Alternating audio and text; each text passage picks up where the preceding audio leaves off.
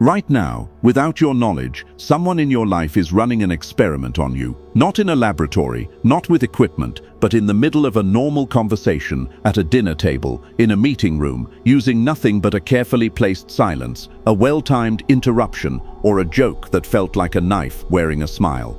They are not testing your intelligence, your credentials, or your strength. They are testing something far more specific and far more dangerous. Whether your psychological foundation can be moved, whether your reactions can be predicted, and whether the version of you they are looking at is a man with real ground beneath him or a man performing stability while quietly standing on sand. Most men go their entire lives failing tests they never knew were being administered, wondering why certain people stopped respecting them, why certain rooms feel different, why the dynamic shifted without a single conversation about it, never understanding that the shift happened in 5 seconds, during what they dismissed as a normal interaction, when they gave the wrong answer to a question that was never spoken out loud.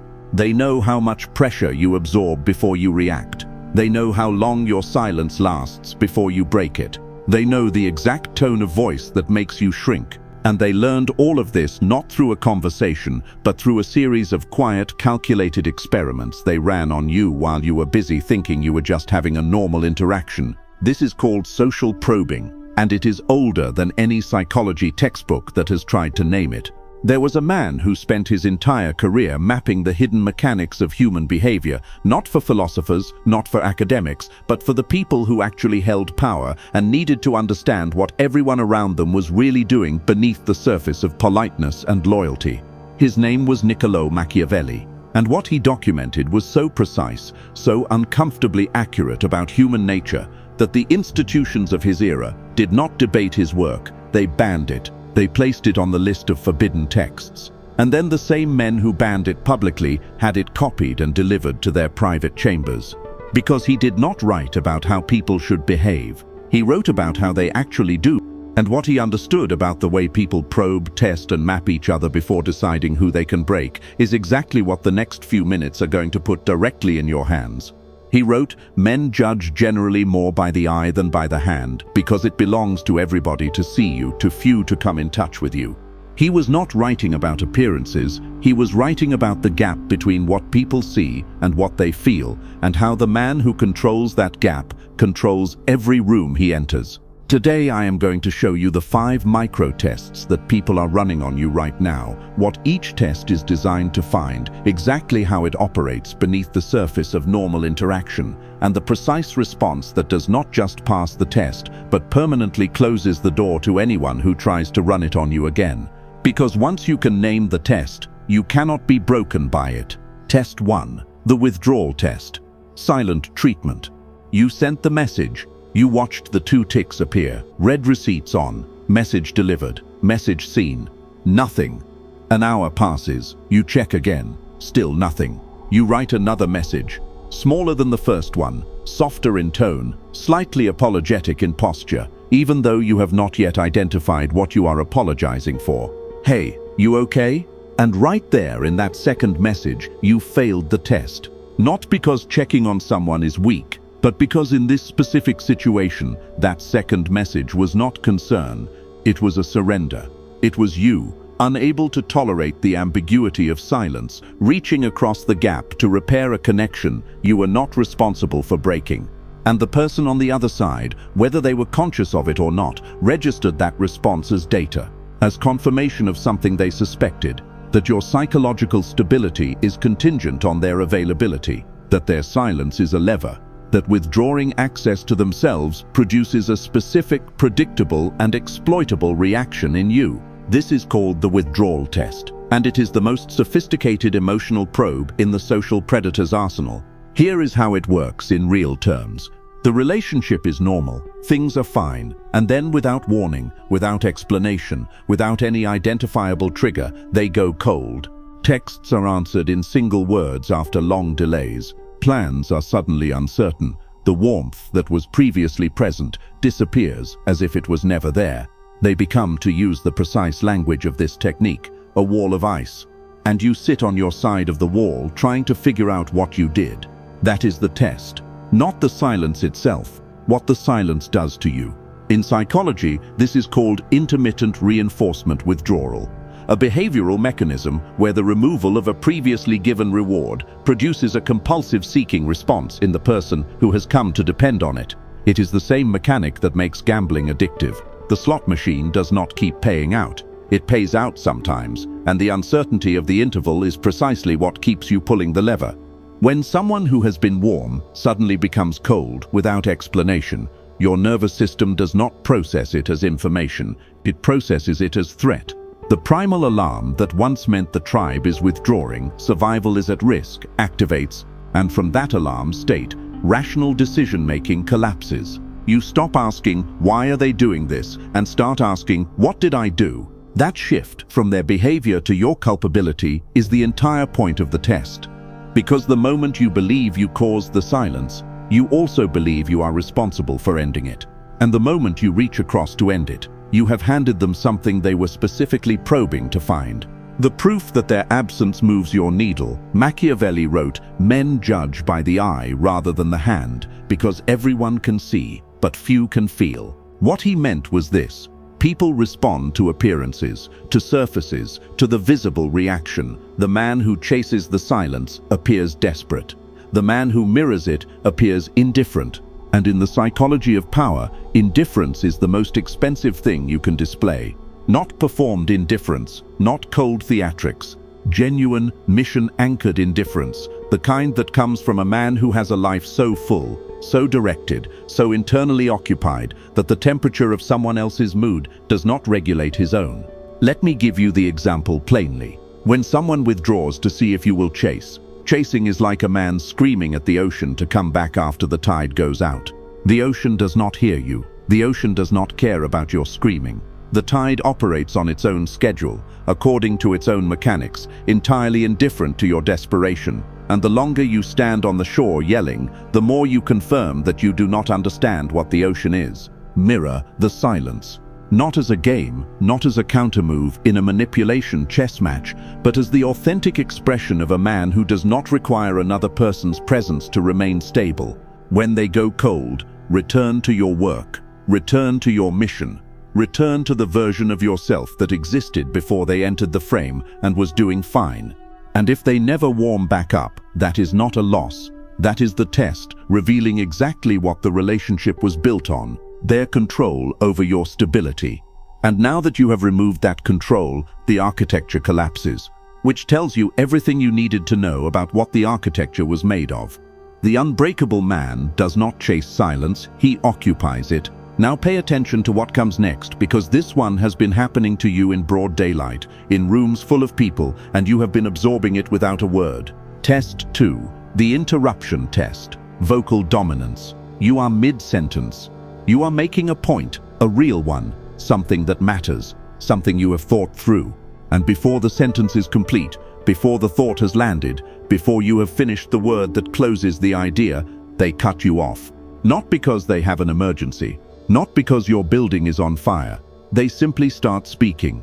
A new topic, a different angle, their voice occupying the space your voice was filling, as if your sentence was a placeholder, and they just arrived to claim the actual position. And what do? You stop. You fold your sentence back into yourself unfinished and wait for them to complete theirs, and then, because you have been conditioned to be agreeable, to not make the moment uncomfortable, to prioritize social smoothness over social sovereignty, you either wait to see if you can re-enter or you abandon the point entirely. That is the test. That is the result they were looking for, not your silence specifically. The speed of your silence, how quickly and completely you surrendered the floor the moment they took it. In social hierarchy research, this is called vocal territory. The concept that in any group dynamic, the person who controls the airspace controls the perceived status. The man who speaks without being interrupted is unconsciously categorized as higher status than the man whose speech is regularly disrupted. And the man who stops speaking the instant he is interrupted has publicly declared himself a follower. He did not announce it. He did not sign a document. He simply stopped talking. And everyone in the room registered it. Not consciously in most cases, but the human brain is a social hierarchy processor running constantly in the background. It catalogs who holds the floor, who yields it, and who reclaims it. and it assigns status accordingly. Machiavelli understood that the court was a permanent status performance. He wrote that a prince must carry himself in such a way that no one dares to deceive or trifle with him. The operative word is carry, not announce, not demand. Carry through posture, through tone, through the specific behavioral signals that communicate to the social environment. This man's territory is not available for casual occupation. Your vocal territory is one of those signals. Here is the rebuttal, and it is precise. When someone cuts you off, do not stop. Do not accelerate. Do not raise your voice. Maintain exactly the volume and pace you were using before the interruption, and continue your sentence to its natural end. What this does physiologically to the person who interrupted you is remarkable. They were expecting the silence. They had already mapped the interaction with your compliance as the next data point. When the compliance does not arrive, when your voice simply continues, calm and unhurried, as if their interruption was background noise in a city, you have learned to navigate. Their system has to recalibrate, because you did not acknowledge the breach. And the most disorienting thing you can do to a social probe is refuse to confirm the result. The probe was designed to find, when you finish your point, look at them, calmly, with the mild analytical curiosity of a scientist observing a lab specimen, and say, you were saying, that sentence is a masterpiece of social recalibration. It acknowledges that they spoke. It suggests you were listening, and it quietly, devastatingly repositions you as the person conducting the conversation rather than the person being conducted. Think of it this way. Allowing someone to interrupt you repeatedly is like a chess player leaving his king in check and then asking why he keeps losing. Every time you fold your sentence, you are moving your king deeper into danger. Every time you hold your ground, you are telling the board and everyone watching the board that your pieces know where they belong. The man who cannot be interrupted cannot be dismissed, and the man who cannot be dismissed cannot be broken. What you just learned about vocal space connects directly to something deeper, something that has been running on your time, your energy, and your respect for years, and you called it something entirely different. Test 3. The boundary probe. The violation test. It started small. A favor that was slightly inconvenient, but not unreasonable. You said yes because saying no felt disproportionate, like being rigid about something that did not matter enough. Then there was another small thing. Then another. Each one individually defensible, but there is a pattern running beneath each request that you have been too close to see. They are not testing whether you will say yes to a small thing. They are testing whether your yes ever becomes a no. Because if your yes never becomes a no, if you consistently prioritize their comfort over your boundary, then you have not been flexible. You have been mapped. You have shown them that your limit does not exist. And a man without a visible limit is a man without protected ground. In psychology, this is called boundary erosion through incremental escalation. The probing party introduces gradually increasing violations, each slightly beyond the last accepted one, to identify the precise point of resistance. If no resistance is encountered, the escalation continues until the target is fully managed. This is not always conscious. The colleague who is always slightly late is not necessarily running a calculated campaign. But the result of your consistent accommodation is identical. Whether they are strategic or simply careless, your boundary has been communicated. It is permeable. Machiavelli wrote, "It is better to be feared than loved, if you cannot be both." Fear in Machiavelli's language means consequence. It means the other person understands that crossing your boundary produces a result they do not want to repeat. The man who lets small violations slide has removed the consequence. And a world without consequence is a world where everything you have been tolerating, which you called tolerance, is actually erosion. Someone arrives late. No apology. They sit down and proceed as if the agreed time was a suggestion. The right response is not a confrontation. It is the enforcement of a price without a speech. You start without them. You finish early. You leave when your allocated time expires. You do not lend again to the person who borrowed and forgot. You do not make a second appointment easy for the person who disrespected the first. Every resource you have carries a price. When someone violates the terms without consequence, you have told them the resource is free, and nobody protects what is free. Tolerating small violations because they are small is like leaving your front door open because it is only drizzling. It is not the drizzle you should worry about. It is what walks through the open door while you decide whether the rain was serious enough to close it. The servant reflex, the compulsive accommodation of other people's comfort at the expense of your own ground, is not kindness. It is the behavioral signature of a man who has never decided what his time is worth. Until you decide, other people will decide for you. What you have understood about boundaries is about to go somewhere darker, into the space where the probe is disguised as something you are supposed to accept, even enjoy, and this one operates through the weapon you never thought to defend against. Humor. Test 4. The Schrodinger's joke. The shield test. They said something that made the room laugh, and the thing they said was about you. Something specific about a decision you made, a failure you had, a vulnerability they identified, delivered in a tone that made everyone comfortable, dismissing it as humor, delivered with the social coating that makes the target of the joke the only person in the room who cannot object. Because if you object, you are sensitive. If you laugh, you have conceded. You are standing inside a trap engineered to have no acceptable exit. And the engineer is watching your face with the calm attention of someone who has run this experiment before. This is the Schrodinger's joke, named for the quantum paradox, where a thing exists in two states simultaneously until observed. The joke exists as both humor and insult until you respond. Your response collapses the state. Laugh and it becomes humor at your expense, which you authorized. React and it becomes sensitivity that confirms the insult was accurate. Either outcome serves the test. Both doors lead to the same room. In dark psychology, this is called a double bind, a communication structure where both possible responses produce a negative outcome for the receiver.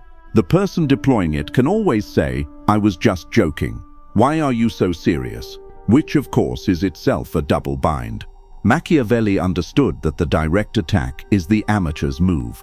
The sophisticated player wraps the blade in laughter, in concern, in the language of honesty. The joke that is not a joke is a blade wrapped in laughter. Every time you laugh at an insult to your own character, you authorize the next one. You set the price of your dignity at 0 and then wonder why everyone treats it as worthless. The rebuttal requires nerve the first time. Do not laugh, do not react with anger. Both are the doors the trap is designed to funnel you through. Instead, pause. Let the room's laughter complete. Look at the person with the expression of someone genuinely curious about something they do not understand. Then ask simply, "What was funny about that?" That question is a precision instrument. The moment a joke must be explained, it stops being a joke. The protective coating of humor dissolves. What remains is the naked structure of the insult, visible to everyone, exposed for exactly what it was. And the person who delivered it is now standing in the room without their weapon. Letting someone insult you through a joke and laughing is like a surgeon who lets someone pick his pocket in the operating room because making a scene would disturb the procedure. The theft is still theft. Your compliance does not make it acceptable, it makes it a precedent. The man who asks what was funny about that keeps his instruments. Nothing leaves the room without his permission.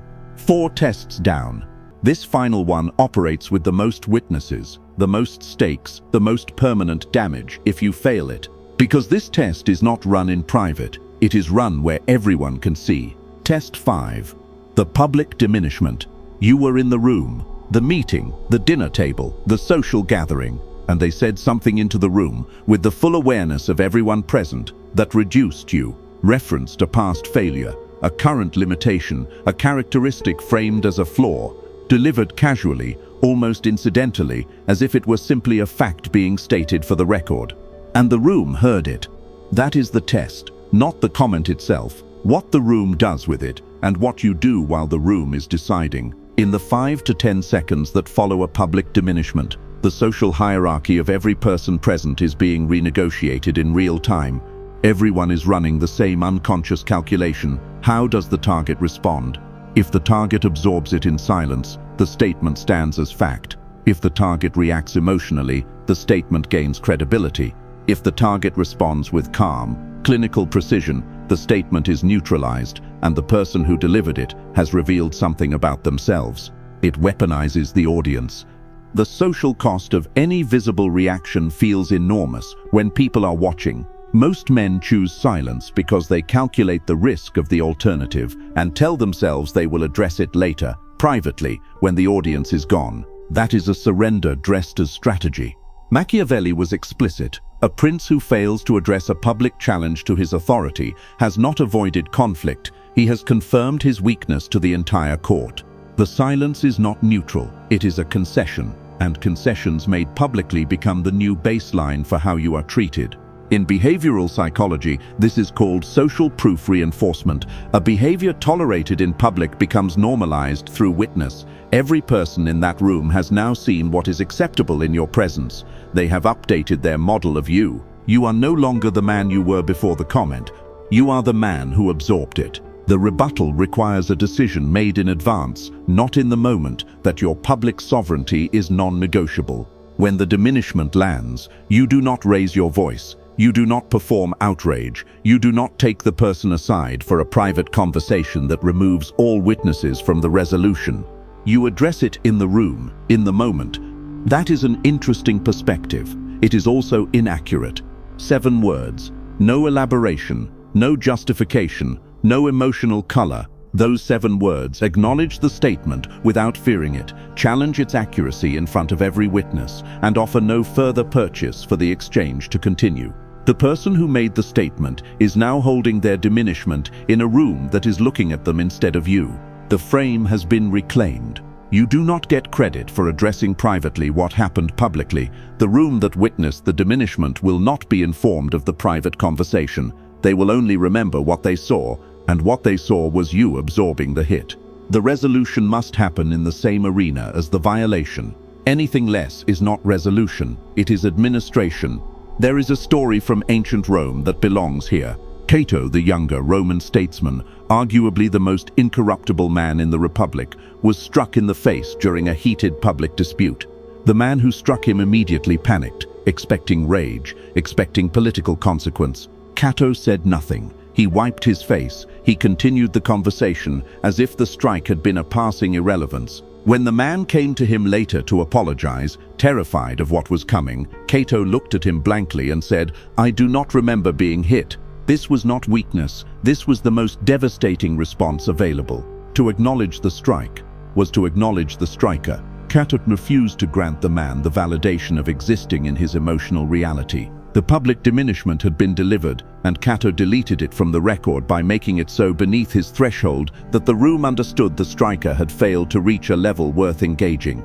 The man who responds to public diminishment with cold precision does not look like he is winning an argument. He looks like a man who does not fight small fires. He looks like a man who controls the weather. Now step back from the 5 tests and look at what they share. Every single one is a probe for the same thing. One question asked in 5 different languages. Does this man's internal state depend on what I do? The withdrawal test asks, does my absence move him? The interruption test asks, does my voice dominate his? The boundary probe asks, does my convenience override his limits? The Schrodinger's joke asks, does my judgment threaten his composure? The public diminishment asks, does my audience destabilize his position? 5 tests. 1 question. And the man who has built a life, a mission, a purpose that exists completely independent of other people's behavior, that man answers every test the same way.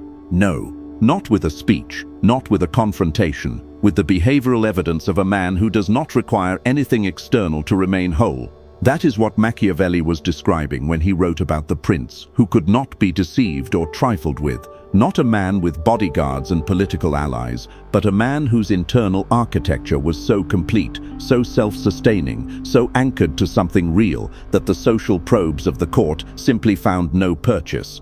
The arrow that finds no wound to enter does not penetrate. It falls. Here is what changes when you start passing these tests. Not after one conversation, but over weeks, as your behavior consistently reflects a man who knows the architecture of what is being run on him and refuses to produce the desired result. People stop probing.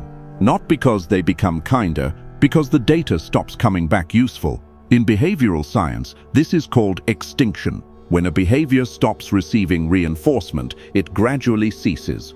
Every probe that produces no reaction extinguishes the probability of the next probe. Every time you mirror the silence, hold the floor, enforce the boundary, ask what was funny, and reclaim the frame in public, you are not just winning that interaction. You are updating the data file that person holds on you. You are permanently changing the answer to the question, "Can I break this man?" And as the answer changes, consistently, behaviorally, without announcement, the category you occupy in their psychology changes. You stop being a target. You become a reference point. Marcus Aurelius, who ruled the most powerful empire on earth and dealt with manipulation and probing from the people closest to him every single day of his reign, wrote, "You have power over your mind, not outside events. Realize this, and you will find strength." He was not writing philosophy, he was writing operational protocol. The man whose stability depends on outside events can be broken by outside events. The man whose stability is internal has removed the control panel from other people's hands. You cannot probe what you cannot reach. Most men will finish this video, feel the recognition, and go back to absorbing the tests. Not because they lack understanding, because understanding is not transformation. Transformation is the daily decision in the moment of the probe, in the second between stimulus and response, to be the man who has already decided who he is and refuses to let someone else's experiment redefine him. That decision must be made before the test arrives, because in the moment of the test, there is no time to decide. There is only the behavior your prior decisions have installed. Decide now. Decide that your silence is chosen, not surrendered. That your floor is held, not abandoned. That your boundary has a price. That your dignity is not available for the social comfort of people who test it. That your public position is defended in public with calm, with precision, and without apology. Decide that you are the man the tests cannot map. Because that man is not just harder to break, he is impossible to break. And impossible to break is the only category worth occupying. If this reached something in you, if something here named a dynamic you have been living but could not yet articulate, like this video, not as a courtesy, because it tells me this content found the right person. If you are not subscribed, do it now. This channel does not deal in comfort, it deals in clarity that is difficult to sit with because it is true. There are frameworks that go deeper than this: psychological defense systems, dark influence mechanics, covert manipulation architectures, precision analysis of human behavior that the algorithm does not reward and this format cannot fully contain. Those exist behind the join button below. Inside is a small, deliberately small circle of men who are done being navigated by dynamics they cannot name. Men who want the unfiltered breakdown of human psychology, the mechanics of power and social warfare that most people spend their entire lives operating inside without ever understanding. If you are a tourist, keep scrolling. This is not designed for you. But if you watched this entire video and felt not just recognition but the specific hunger of someone who wants to go further, the join button is below. The men inside already know why they pressed it. You either know too, or you are not ready yet. The circle remains small by design. You stayed until the end. That discipline is rare. Protect it the same way this video told you to protect everything else that belongs to you, selectively, deliberately, only where it returns something real. The tests are already running. They were running before this video started. The only thing that has changed is that you can now see them. And a man who can see the test cannot be broken by it. I will see you in the next one.